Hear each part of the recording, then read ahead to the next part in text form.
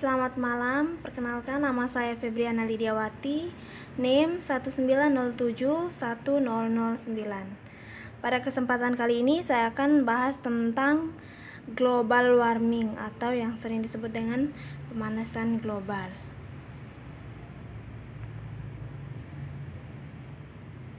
Langsung saja, yang pertama kita harus tahu apa sih yang dimaksud dengan pemanasan global.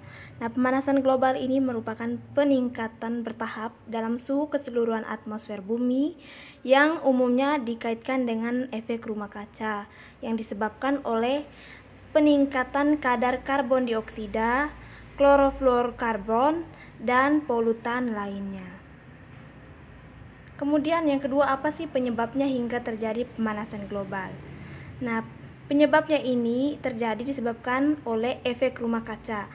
Seperti yang tadi dibilang, efek rumah kaca itu muncul karena meningkatnya polusi seperti karbon dioksida dan juga metana. Meningkatnya polusi akibat karbon dioksida dan metana mayoritas itu disebabkan oleh aktivitas yang dilakukan oleh manusia. Kemudian yang ketiga, apa sih dampak terbesar akibat pemanasan global ini? Dampak akibat pemanasan global ini itu cukup sering dipublikasikan adalah mencairnya glacier. Mencairnya glacier ini akan menciptakan banyak masalah bagi manusia dan hewan yang hidup di bumi. Salah satunya adalah kenaikan permukaan air laut. Itu adalah dampak-dampak terbesar dari pemanasan global ini. Kemudian yang berikut, apakah dampak perubahan iklim bagi kita jika terjadi ini pemanasan global ini? Dampak perubahan iklim, jika suhu rata-rata permukaan bumi naik dengan cepat, maka akan terjadi perubahan permukaan bumi secara radikal. Akibatnya akan mempengaruhi kesehatan dan keamanan manusia. Kenaikan suhu permukaan bumi sebesar 1 derajat Celcius akan menaikkan permukaan laut setinggi 15 cm yang akan menenggelamkan jutaan rumah dan pesisir. Penguapan akan meningkat sehingga akan menimbulkan kekeringan. Lanjut, yang berikut, apa sih yang dimaksud dengan efek rumah kaca? Tadi kan sudah disebutkan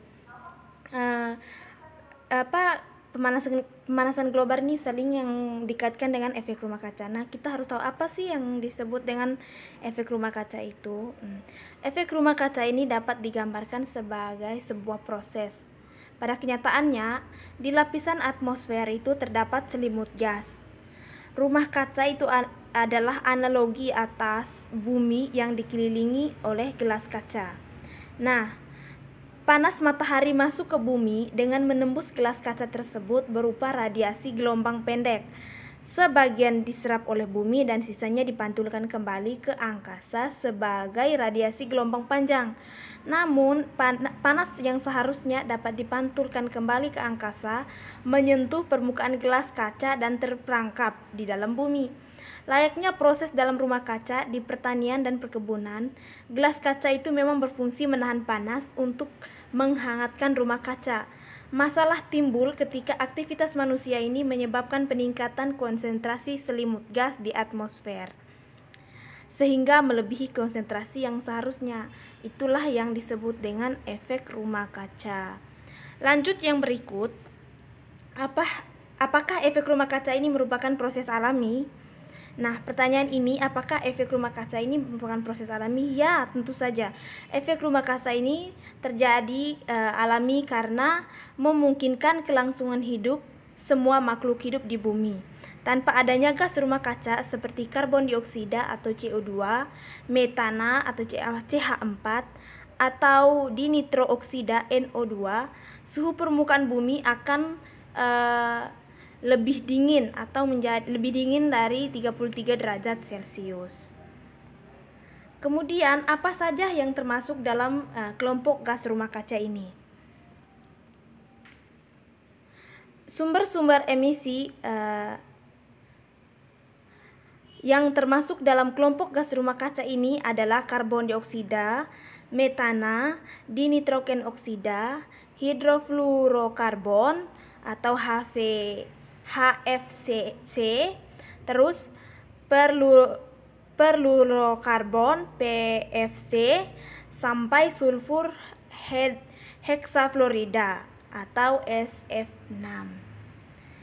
Kemudian yang berikut, apakah penghasil utama emisi karbon dioksida?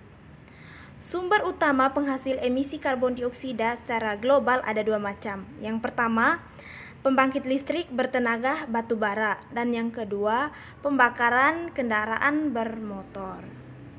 Lanjut, dari manakah emisi karbon dioksida ini dihasilkan?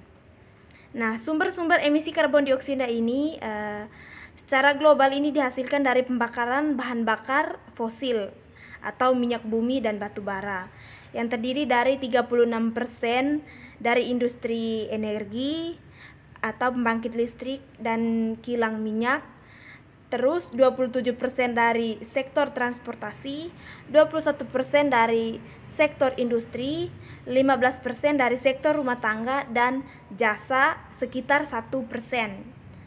Kemudian pertanyaan atau yang terakhir, hal apa saja yang bisa dilakukan untuk mengatasi pemanasan global ini?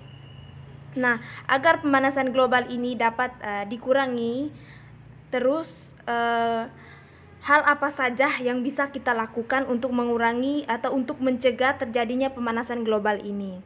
Yang pertama itu tentunya melakukan reboisasi. Kemudian mengurangi penggunaan kendaraan pribadi. Lebih tepatnya harus sering-sering menggunakan angkot sih kalau mau jalan-jalan. Itu lebih bisa menjaga lingkungan agar asap kendaraan itu tidak terlalu banyak begitu. Yang ketiga itu menghemat penggunaan energi. Kemudian meminimalisasi penggunaan plastik. Terus gunakan produk ramah lingkungan, dan yang terakhir jalankan pola hidup sehat dan hemat. Baik, itu saja pembahasan yang bisa saya bahas pada kesempatan kali ini. Kurang dan lebihnya saya mohon maaf. Sekian dan terima kasih.